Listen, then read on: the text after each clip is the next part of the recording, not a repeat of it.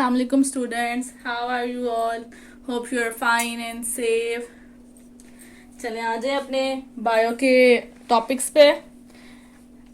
Open your books, page number 57. हमारा next chapter number 13. Chapter name sport and movement. Sport and movement से ही आपको क्या indication हो रही है, किस बारे में होगा ये, यानी आपकी बॉडी को क्या चीज सपोर्ट कर रही है, क्या चीज मूवमेंट में हेल्प कर रही है, वो है आपका ह्यूमन स्केलेटन. सो जो हमने इसके बारे में फर्स्ट इस टॉपिक में पढ़ना है वो किस बारे में पढ़ना है, ह्यूमन स्केलेटन के बारे में पढ़ना है. उसके बाद फिर वो ह्यूमन स्केलेटन किस तरह डिवाइड हुआ है, उसमें क्या क्या कंपोनेंट्स हैं, उसके बारे में हम पढ़ेंगे. ठीक है. फिर उसके बाद हम पढ़ेंगे कि वो जो कंपोनेंट्स हैं जिसमें हमारा बोन आ जाती है, हमारी कार्टिलेज आ जाती है, उनकी मूवमेंट आ जाती है, उनकी अरेंजमेंट आ जाती है. उनकी अरेंजमेंट से क्या बनते हैं, वो बनते हैं जॉइंट्स. फिर हम पढ़ेंगे जॉइंट्स और उनकी टाइप्स, यानी टाइप्स ऑफ जॉइंट्स पढ़ेंगे हम. फिर उसके बाद जब हम ये सब पढ़ लेंगे तो फिर आपको पता है कि हर चैप्टर के लास्ट में डिसऑर्डर्स होते ही होते हैं उस चैप्टर से रिलेटेड. यानी अगर उस चैप्टर में आप जिस भी बारे में पढ़ रहे हो उससे रिलेटेड हमारी बॉडी में या प्लांट्स की बॉडी में या किसी में भी क्या खराबी हो जाती है. सो अगेन हम इधर भी पढ़ेंगे कि अगर हमारी बोन्स में कुछ खराबी आ जाती है तो उससे हमारे में कौन कौन से डिसऑर्डर्स होते हैं. सो इस चैप्टर में हम लोग ह्यूमन स्केलेटन के बारे में पढ़ेंगे, उसके कंपोनेंट्स के बारे में पढ़ेंगे, टाइप्स ऑफ जॉइंट्स के बारे में पढ़ेंगे और डिसऑर्डर्स के बारे में पढ़ेंगे. Now come to your book, page number 57. जी खोलिए सबने बुक्स और पेज नंबर 57.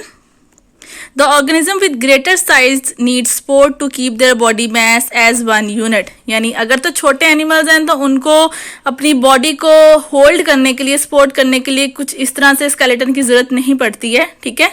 लेकिन हाँ उनमें भी होता है, लेकिन सिंपल होता है.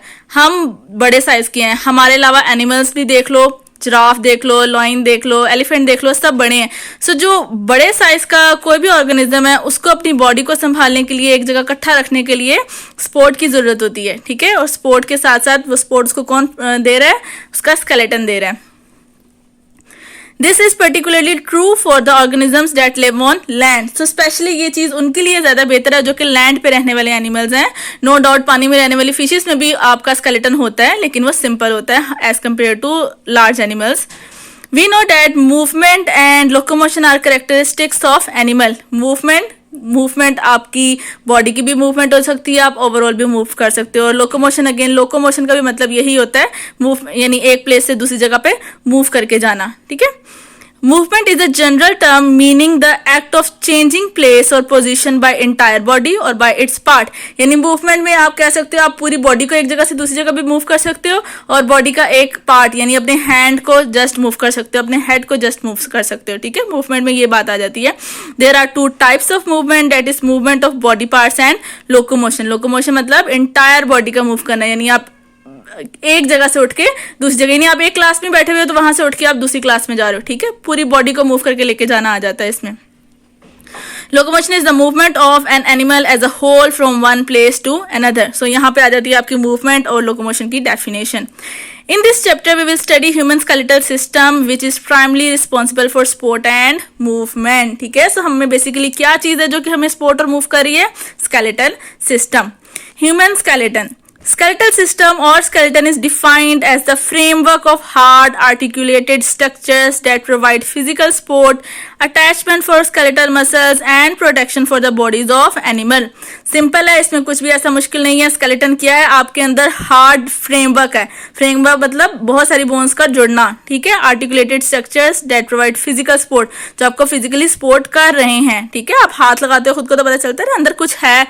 अटैचमेंट फॉर स्केलेटल मसल्स, इसके अलावा मसल्स जो स्केलेटन के साथ अटैच है, जिन्होंने अपना काम करना है, उनकी अटैचमेंट के लिए भी आपका स्केलेटल मसल उनको हेल्प कर रहा है. And protection for the bodies of animals. Protection कर रहा है. प्रोटेक्शन कैसे, जैसे हमारी बॉडी में ऑर्गन्स हैं. ठीक है.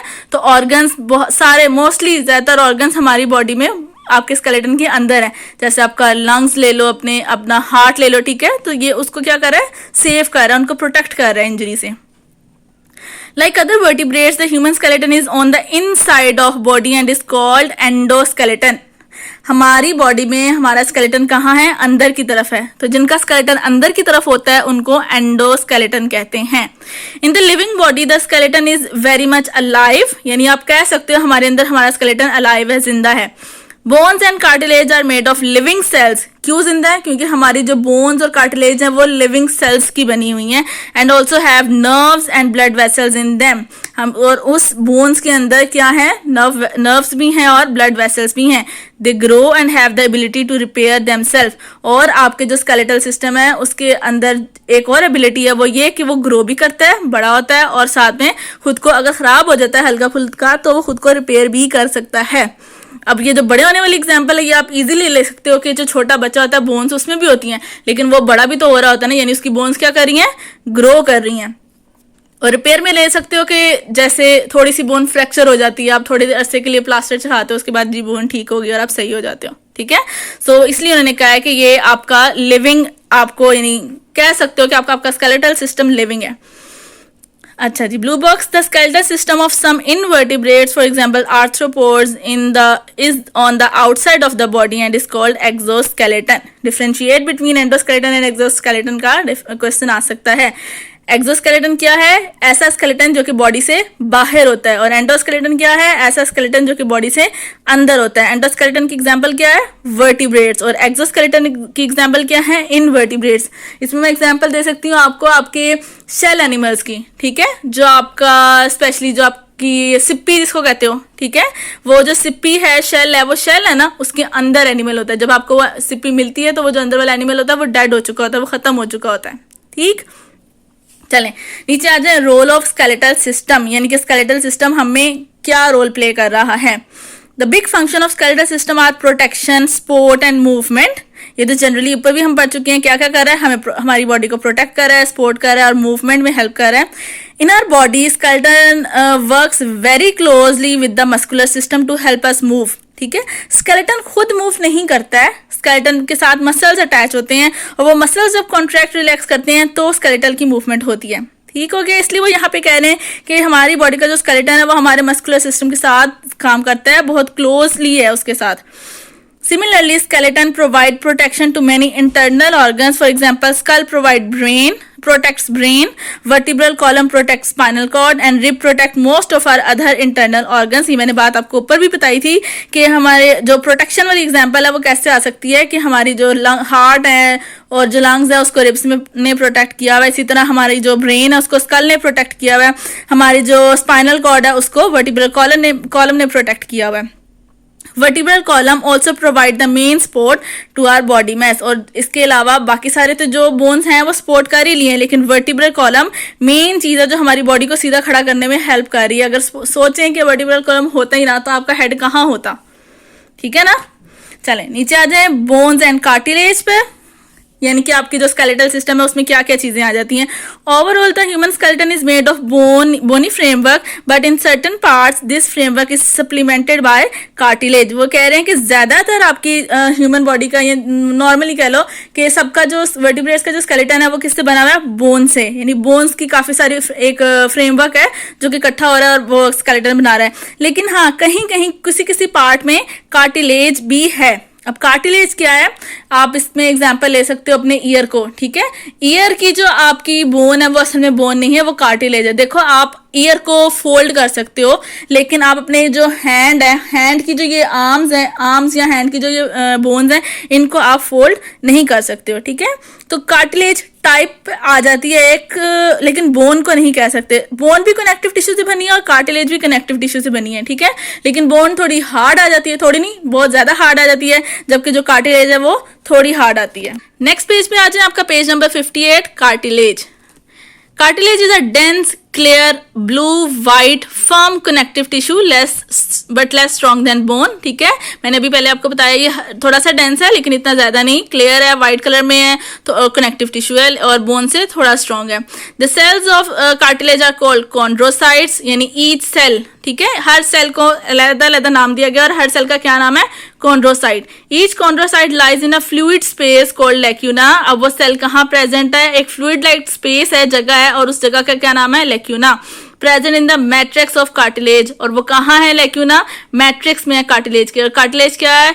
एक कनेक्टिव टिश्यू है, यानी कि टिश्यू के अंदर जो मैट्रिक्स है उसके अंदर फ्लूइड स्पेस है जिसका नाम लैक्यूना है, उसके अंदर सारे उसके यानी कार्टिलेज के सेल्स प्रेजेंट है, chondrocytes. The matrix of cartilage contain also collagen fibre, यानी उसमें कॉन्ड्रोसाइट्स के साथ साथ कोलेजन फाइबर्स भी प्रेजेंट हैं. Blood vessels do not enter cartilage, cartilage में ब्लड वेसल्स नहीं होती. There are 3 types of cartilage. अभी हम नीचे पढ़ते हैं 3 टाइप्स क्या है, लेकिन पहले आप ब्लू बॉक्स पढ़ लें. Cartilage and bones are type of connective tissue in animals. Most connective tissues contain collagen fibers in their matrix. और ज़्यादातर connective tissues में क्या होता है, collagen fiber होता है. ये help करता है उनको यानी straighten रहने में, और flexibility भी थोड़ी सी show कर रहा होता है. Recalling, tendons and ligaments are other connective tissues that contain tight packed collagen fibers. Tendons, ligaments, bones and cartilage, इन दोनों में डिफरेंस ये भी आ जाता है कि जो आपके कार्टिलेज और बोन्स हैं उनमें कोलेजन फाइबर्स उनसे वो उतना टाइटली पैक्ड नहीं होता जितना टेंडन्स और लिगामेंट्स में होता है. चलें अब हम लोग पढ़ने लगे हैं कार्टिलेज की टाइप्स. 3 टाइप्स हैं, hairline cartilage, elastic cartilage and fibrous cartilage.